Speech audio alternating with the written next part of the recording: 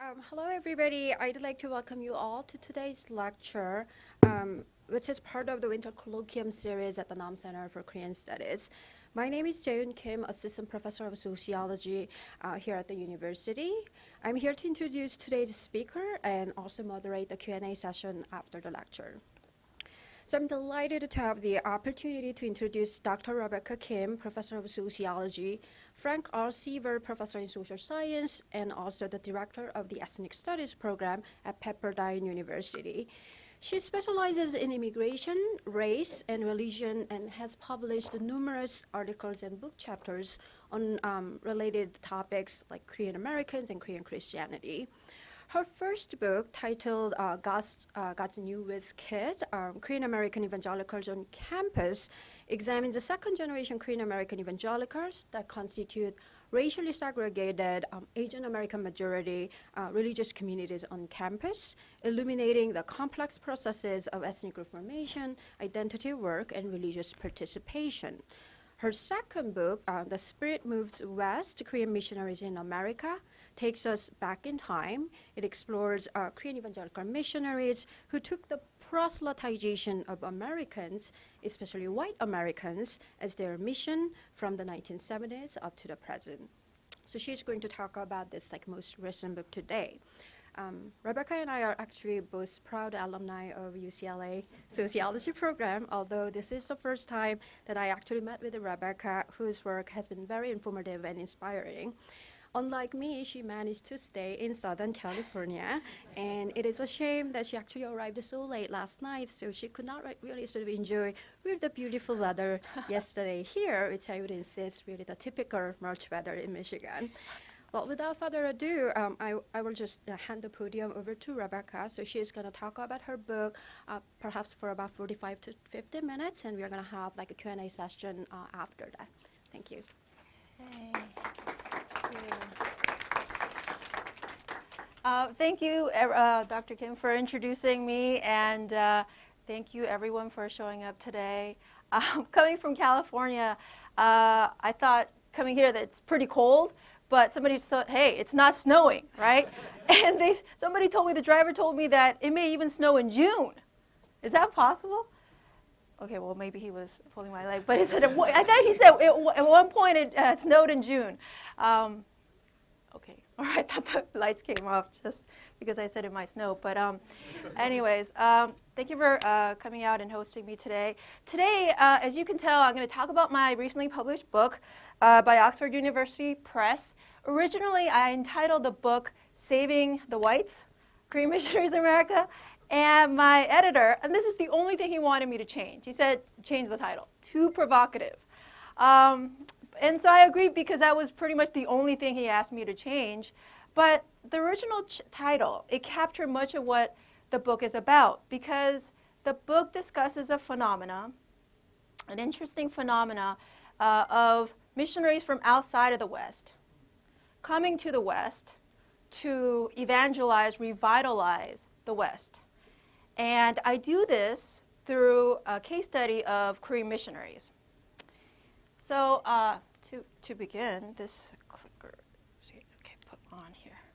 So, yeah, I just put it on. Okay, on. Yeah, that's right. Oh, we didn't plug this in. Well, that was an awkward intro. Here, I'm gonna put this in. Now it's reading it. It's working? Okay. So the broader it's not working. I'll just have to use from the podium then. All right, the broader context of my study. When I started the research in 2008, there was a lot of talk about changing faces of Christianity, as well as the changing, therefore, faces of missions. So folks talking about by 2050, only 1 out of 5 Christians in the world will be non-Hispanic white. And there are thousands of missionaries in the U.S., and Europe has more missionaries missionaries going to Europe than to Africa. So what is going on here? And at this point, we also find that people talking about or being surprised that South Korea is the number 2 missionary sending country. How can this be, right? And so, for example, Christianity Today pointing out that South Korea sends more missionaries than any country but the U.S., and it won't be long before they are number one. And South Korea, less than a century before, being a receiving country and sending missionaries, what's happening here? Okay. Is it working now? Sorry. Oh, it's not reading the clicker. It's okay. I can go this way. So sending over more than 26,000 missionaries across more than 170 nations, even today. And interestingly, including to the U.S. Korean missionaries are across the world, but they're also present in the U.S. But this is not a unique phenomena specific to Korean missionaries, but rather, okay, just working now. Okay, thank you. U.S. itself actually is the number one missionary receiving country. So it is the number one missionary sending country in terms of raw numbers, but it is also currently the number one missionary receiving country. For example, 2010, over 32,000 missionaries coming to the U.S. So through a case study of Korean missionaries, I asked the question, first of all, why are Korean missionaries in the U.S.? And if they're here, how on earth are they evangelizing Americans? And something that a lot of studies haven't been able to do in reverse missions is to figure out how these new churches are evolving over time in the West. And my book addresses those questions. So as noted, my book is part of the literature that my book is part of the reverse missions literature. The phenomena of missionary zealous Christians from the global South, outside of the West, coming to the West, Europe, North America, to evangelize the West. Now, the speculation, the word on the street, is that there's a lot of passion, there's a lot of effort on behalf of global Christians in the West, global South Christians in the West, trying to evangelize, but that is really, in terms of actual numbers of converts of the natives of the West, not many at all. So that people saying it's more hype than reality. So, like one of the largest church in Nigeria, Redeemed Christian Church of God, I believe, they're sending a lot of missionaries to the West, and they want to plant churches like Starbucks across the U.S. and beyond, but finding that that's, in reality, they're having a hard time drawing non-Africans into their churches. So as noted here by a missiologist, challenges involved in a non-Western missionary encounter with American society are as formidable as it sounds unconventional. So in this context, my research examines Korean missionaries evangelizing Americans, particularly white Americans, and them doing this since the 1970s. So it's a very exceptional case study that can help understand this growing phenomenon. So I asked specifically, why are they here? And primarily, how did they, Korean missionaries, evangelize, form diverse congregations in the U.S. with their converts, and importantly, evolve over time in the U.S. So a brief background of Korean Protestant missions. Here to my left, you have two missionaries named Horace Allen, Horace Underwood, who they both arrived in Korea in 1885 to help evangelize, bring Protestantism to Korea. Then less than a century later, we have the heads of many of the largest Korean mission associations there, taking a picture in Southern California, because South Korea is sending significant numbers of missionaries across the world. And so South Korea, in that context, is known as, today, as the Protestant exception, as the Asian Protestant superpower, particularly in the Asian context where we don't see a lot of Protestants, certainly in terms of proportion to the population of Asian countries. So in South Korea, 2 out of 10 are supposedly Protestant. That might not sound like a large number for you, but it is in the broader Asian context. And known for having many churches, like over 60,000, 10 of the 11 mega churches, and the largest mega church in the world being in full gospel in Korea, right? And so with the church growth accompanies Korean mission movement. And in that context, we have University Bible Fellowship, which 1 out of 10 Korean missionaries are estimated to be from UBF. And this organization is unique because it's a campus ministry, so they're involved in worldwide campus evangelism. And very important, again, here is that they're a lay mission movement. And that's part of the reason why they can send out so many missionaries, because they don't need to financially support them. The missionaries support themselves. And another important reason I chose UBF as a case study is that significant numbers of missionaries from UBF are in the U.S., near, over 40%. Okay, so this is a picture of a 2011 missions gathering for UBF missionaries in Seoul, South Korea, noting that missionaries from various parts of the world, including the U.S., getting together. And in this statistic, we see the growth of the Korean missionary movement overall. And as you can see from the 80s on, right, into the turn of the 21st century, we see the growth of the Korean mission movement, particularly taking off in the 80s. And in terms of where they are, about the time when I started doing this research, you can tell here, yes, Korean missionaries are across the world. Right, this is a list of the top 10 countries, but the U.S. is one of those top destinations. And when they go across the world, noted in this table above here, majority focus on local only, meaning cross-cultural. So particularly since the 1980s, the focus of Korean missionaries in general is cross-cultural missions. And noted here, UBF is not an exception in focusing, having lay workers, meaning self-supporting workers. Korean missions in general have majority lay workers. And as far as the where UBF is in terms of the other mission agencies in Korea, it is the largest non-denominational missionary sending agency in South Korea. In terms of where they are in the U.S., as you can see, vis-a-vis the other countries, you can see that significant numbers of them, as well as chapters, are in the U.S. So yes, they're in Uganda, they're in El Salvador, but primarily in the North America, particularly the U.S.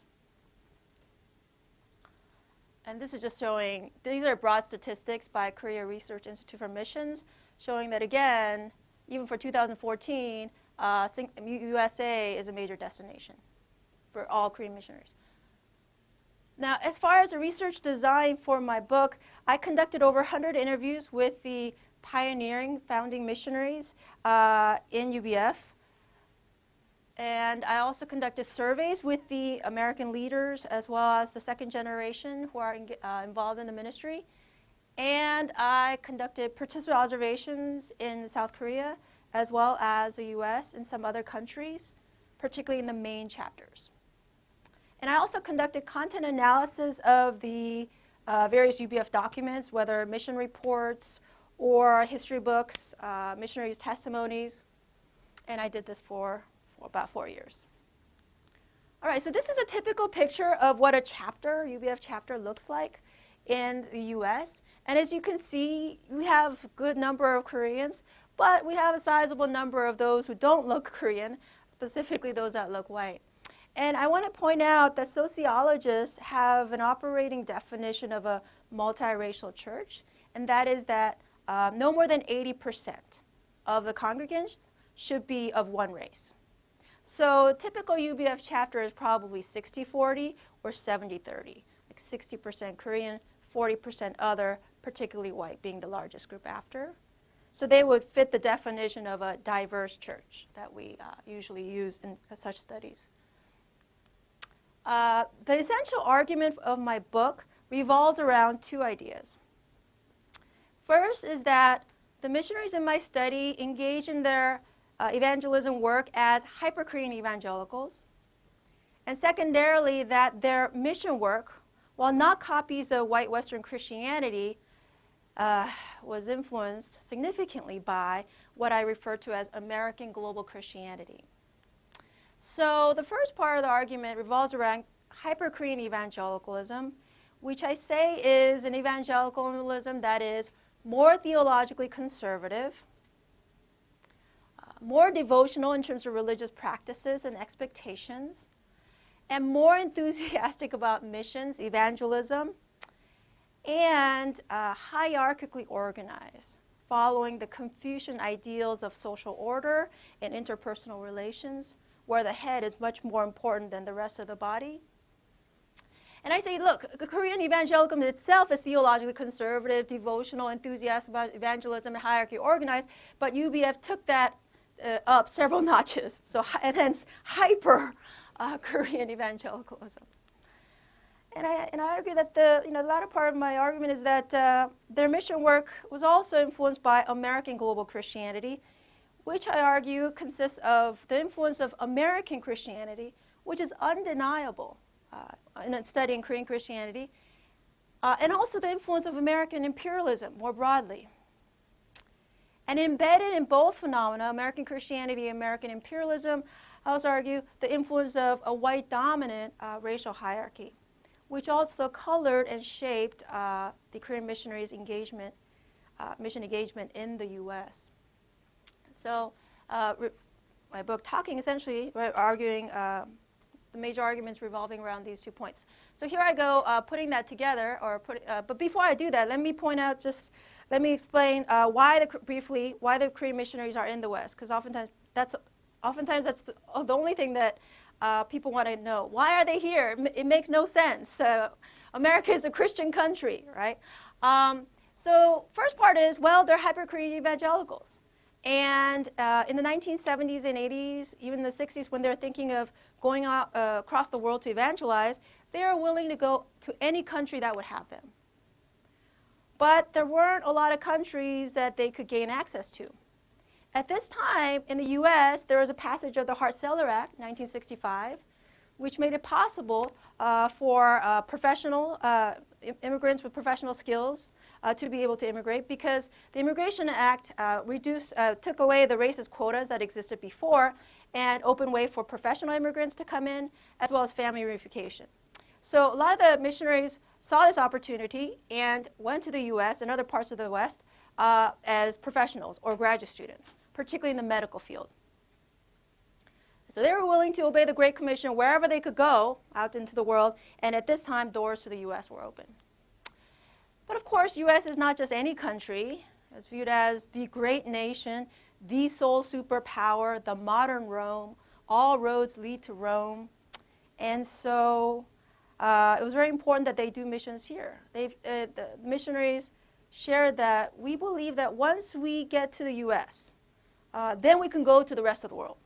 Because when the missionaries set off to go out for world evangelism, Korean citizenship did not give them, or passport, did not give them entry into many countries.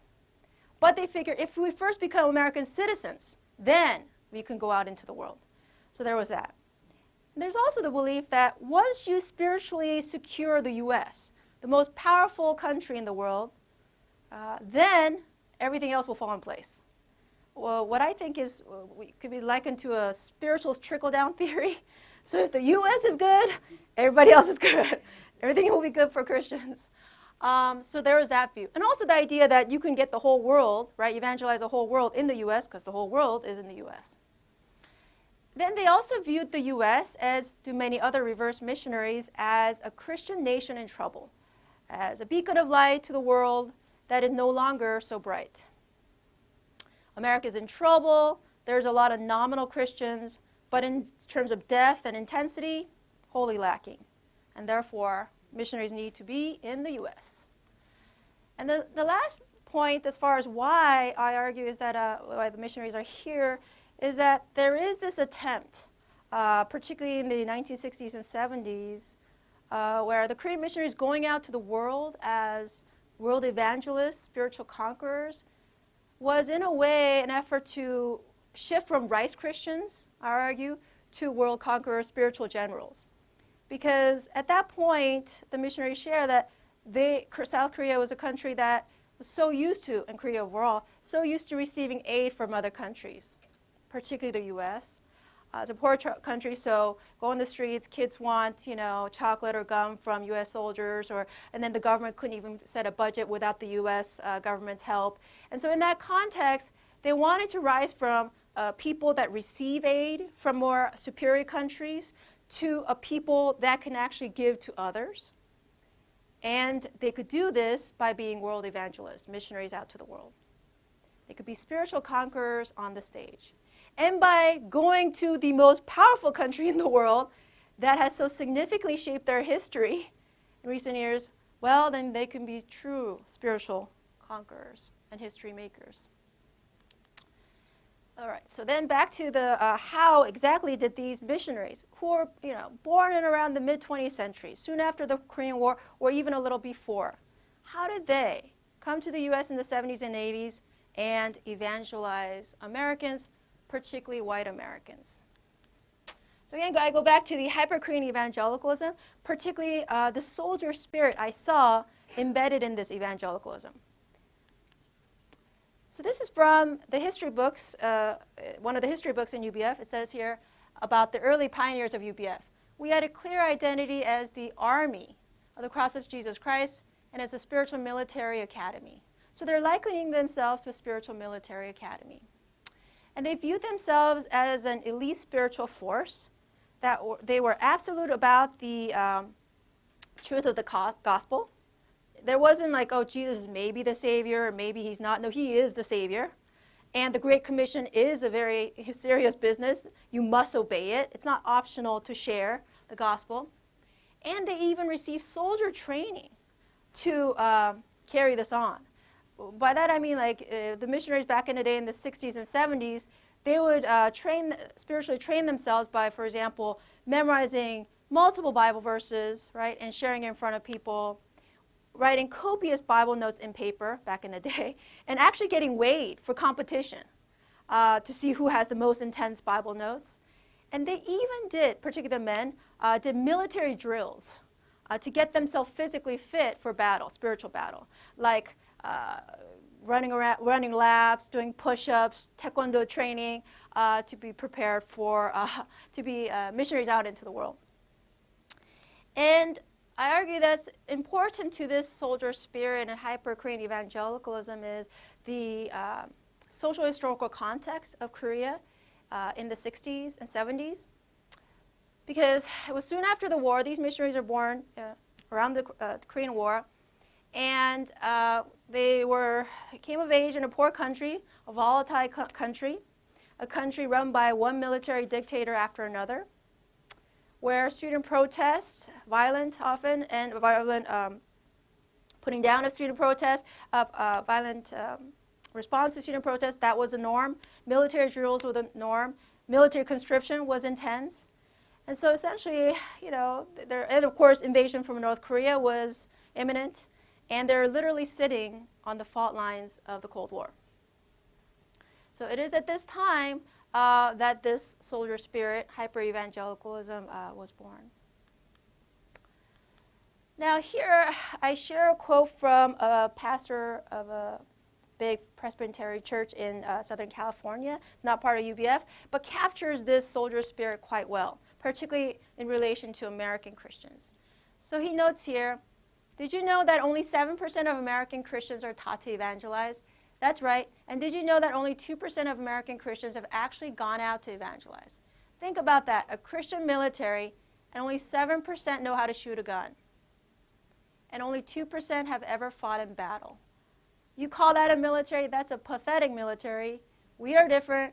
Korean churches are taking charge because they sure know how to shoot. All right? Unlike American Christians who are gun shy. Probably not, yeah. At least in terms of evangelism. Okay, so, yeah. And as one missionary relayed, we imagined ourselves as spiritual soldiers. Important in being soldiers, spiritual soldiers, is that spiritual soldiers, well, what do? They sacrifice. And so relevant for how missionaries converted was a practice of what I call the theology of sacrifice. So, and this theology of sacrifice was practiced in a context where I argue that in the American religious landscape, most churches are racially segregated, and people follow what sociologists call homophily, birds of a feather flock together. So people worship with people that they feel comfortable with, they're similar to. So in this context, the missionaries went against the norm and evangelized cross-culturally, cross-racially, and wore sacrifice as a badge of honor to do so, meaning that they embraced suffering. Suffering is what they have to do to be cross-racial and evangelize. And self-deny, particular tendency to flock with those similar to you. And serve those that they convert. And specifically, they engaged in cold turkey evangelism. What can be likened to cold turkey evangelism? Because the missionaries' natural social networks don't lead to white Americans. So in order to get white Americans or American students in general, they just went up to strangers on campus and said, hey, you want to study the Bible? Do you know Jesus? Right? Cold turkey evangelism, which many Americans definitely do not want to engage in or have folks approach them with as well. And important part of this theology of sacrifice was also sacrificing the immigrant ethos. As many of you may know, Korean immigrants in the U.S. are famous for their church participation, particularly in ethnic congregations, those congregations with other Koreans. So it's estimated 70-80% of Korean immigrants are Christian, go to church, and majority of them going to Korean churches. So they would have to sacrifice that tendency to be cross-racial. So on that note, I just I have a quote here from a missionary that describes what it took for him to be cross-racial. In my effort to not cause cultural alienation to Americans, I curled my hair, because evidently curly hair is more Western. I changed my glasses to Western-looking glasses. Practiced my tongue. I heard that there's even a tongue surgery you can get in South Korea to speak English more fluently. So I guess he practiced his tongue to be more English-friendly. Wore American-style clothing. Didn't eat kimchi because the smell could be very offensive to Americans. And didn't teach my children Korean. Didn't speak Korean. Stopped all relationship with Koreans in order to go beyond the Korean community. And this is a dramatic quote from a female missionary describing to what extent she suffered and sacrificed to evangelize students. I was very sick and bedridden, had a mastectomy, kidney stone, breast cancer. I was so sick, was ready to die. But I remember my life key verse. For whoever wants to save his life will lose it, but whoever loses his life for the sake and the Gospels will save it and decide, okay, I will die for Jesus. So the next day, after many months of being bedridden, I went to campus to invite students to Bible study and die. And consequently, right, she had, 4 brothers studied the Bible, she said, with me, and 1 became a seminary student. So her sacrifice, right, yielded this fruit of evangelism. Now, I argue that part of this sacrifice included privileging whites. Here's a rationale from a Korean missionary for what she did to get white converts. Whites have a lot of strong racial pride. The younger generation are better, but it is still there underneath, so you really need to humble yourself and treat them, white students, like treasures. So this points to the part of the American global Christianity white-dominant racial hierarchy. First of all, the missionaries viewed whites as the ideal converts. They were interested in bringing up the leaders, future Christian leaders of America, and they reasoned in the 70s when they got here that who are the dominant leaders? Oh, they're white. Okay, well, we focus on white students. They are the real Americans. They are therefore the ideal converts to make change in the U.S., bring on a revival in the U.S.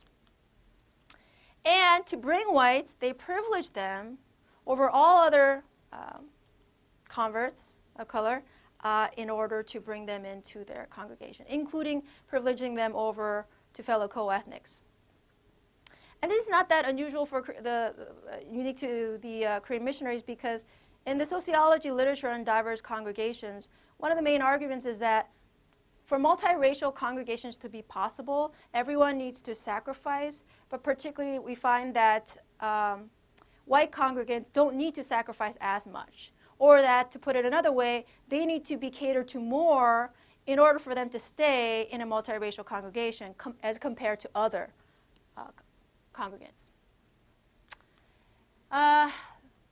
But since my study looks at how the Korean mission movement evolved over several decades, I also have a discussion about the difficulties and the conflicts that they had in American society. Particularly, I argue, their clashes with the white dominant racial hierarchy. So first part of it is that they had cultural clashes, particularly the clash between Confucian hierarchical way of organizing and leading, and the more egalitarian way, democratic way of organizing and leading. So typically, the missionaries, one of the things that missionaries were culturally shocked by was, a 20-year-old student saying, "Hey, Mary," right? And the missionary's like, "I am a 40-year-old missionary, and you're calling me by my first name. No, I am Missionary Mary," right?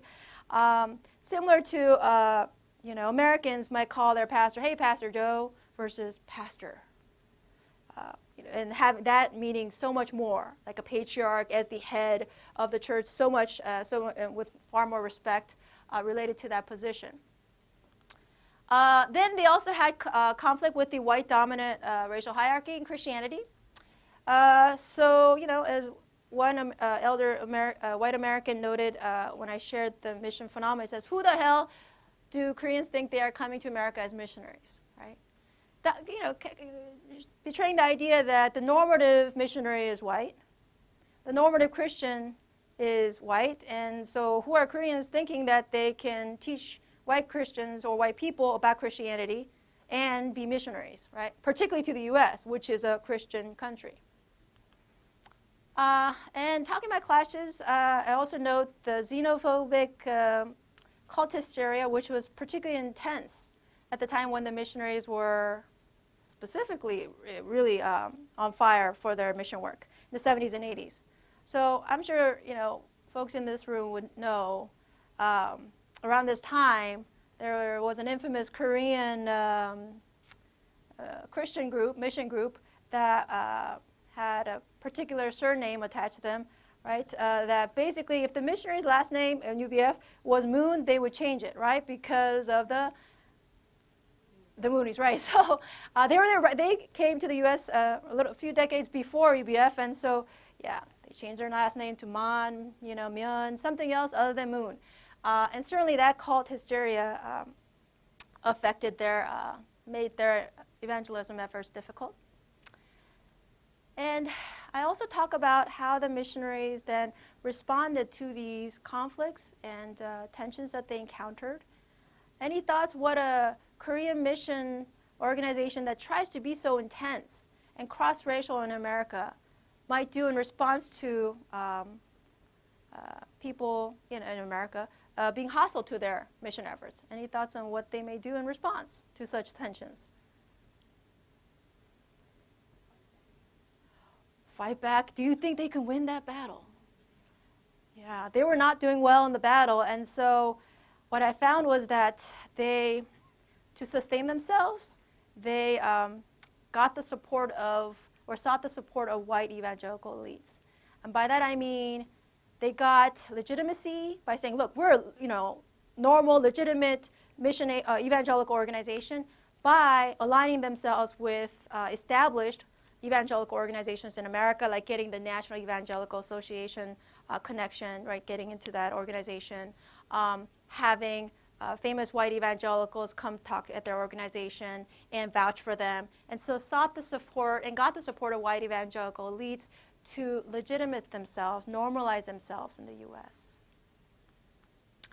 So what I find is that over time, this mission organization, they've changed, and they're changing from a more fiery, sect-like, passionate evangelical organization to a more normative mainstream church. Now, even today, they're by no means like a white church, but I argue that's kind of the path that they're on. So as a missionary tells it here, we didn't know about cultural differences. We were bold and ignorant then.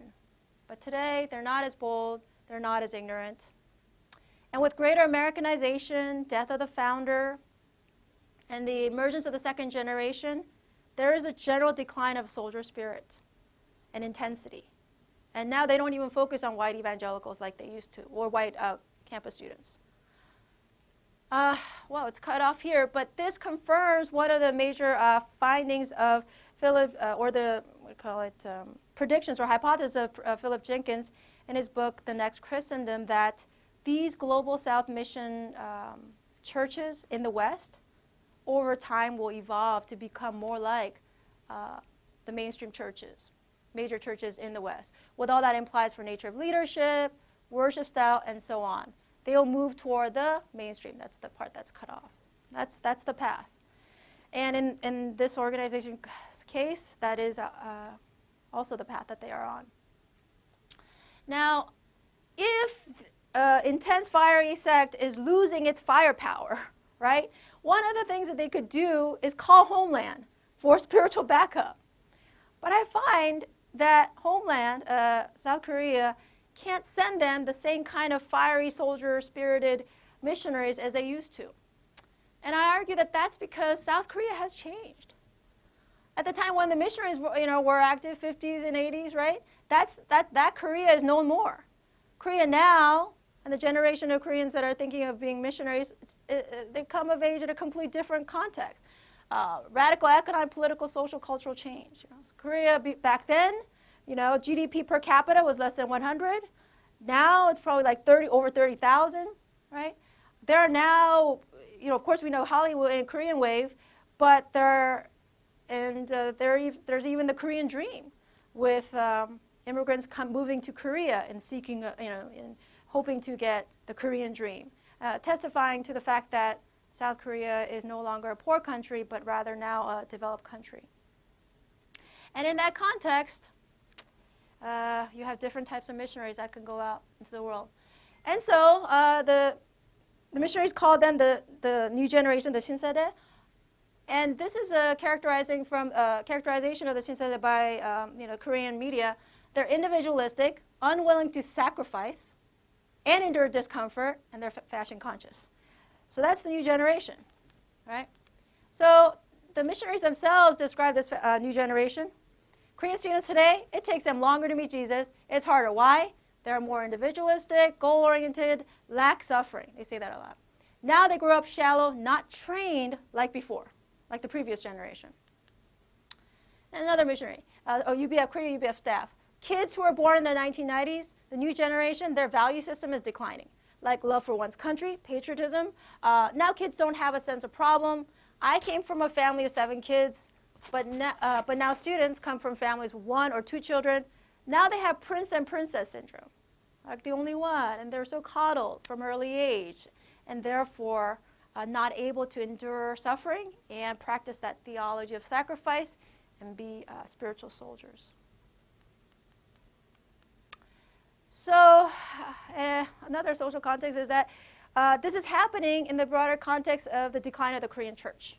So growth peaked. I mean, it's still growing, but growth has peaked in the 60s and 70s, gradually declined in the 80s, and sharply started declining in the 1990s. And as you may know about contemporary Korean churches, Protestant churches, their reputation is not so good. A lot of power struggles. I heard the head of the Yoida Full Gospel, Yonggi Cho, he's back in the court again for the embezzlement, because of the embezzlement scandal and all of that. So and pastors actually physically duking it out with each other and hurting each other, struggle for power, finances, scandals. And so basically, they don't have a very good reputation. And coupled with that, as far as why the Korean Protestant church is declining, many note the decline of the hungry spirit. And by that, I mean that Koreans are not struggling like they were before. So related to those kind of shifts, what's happening in the U.S. as well as South Korea, I argue that the Korean missions overall is following American global Christianity, and including the Korean missionaries in my study. They came as hyper-Korean evangelicals, not as copy of white evangelicalism, but in their trajectory in the U.S., they're following American global Christianity. And as one UBF staff noted, the Korean evangelicals are cooling down with wealth and security, just like Westerners. When people have money, pleasure, security, when they're rich and have very comfortable life in the world, it's very hard to share the gospel and see people change. When people have issues, brokenness, needs, when they're suffering, people are more open to the gospel. So the rationale is, since Koreans aren't suffering like they used to in the past, they're not as alive in the faith. And I thought this statement from the Council of Presbyterian Churches in Korea that met in a Korean mission conference in Korea was very, very telling, because this statement regarding the mission of Korean churches was saying that the Korean church and mission organizations need to avoid being imperialist missionaries. So as the quote statement says here, we're called to respond to the prevalence of hegemony with the contrasting Christian dynamic of kenosis, self-emptying, giving, and servanthood. We need to maintain a critical review of the tendency of partnership in mission to lapse back into colonial and neo-colonial patterns of domination. So they're saying, look, Korean missionaries, don't be sub-imperial missionaries and trying to do your missions with greater cultural, political, economic power, right? Rather, do missions as servants from below. So it's interesting that this is 1999. They wrote out the statement saying, don't be like imperialists, because it's telling as far as where South Korea is as an economic power and as a missionary sending country as well. So putting it together, we have hyper-Korean evangelicals and the influence of American global Christianity as far as why they came to the U.S., how they evangelized Americans, how they tried to construct diverse congregations. So they came with hyper-evangelical, Korean evangelical soldier spirit and theology of sacrifice. But they are influenced significantly also by American global Christianity and their desire to come to the U.S., wrapped up around desire to shift from rice Christians to history makers, spiritual conquerors, and their encounter with the white dominant racial hierarchy, and the trajectory that they're following, which is following the white American Christian trajectory and churches in their midst. So it's not an optimistic ending, but that is what I see so far. Thank you.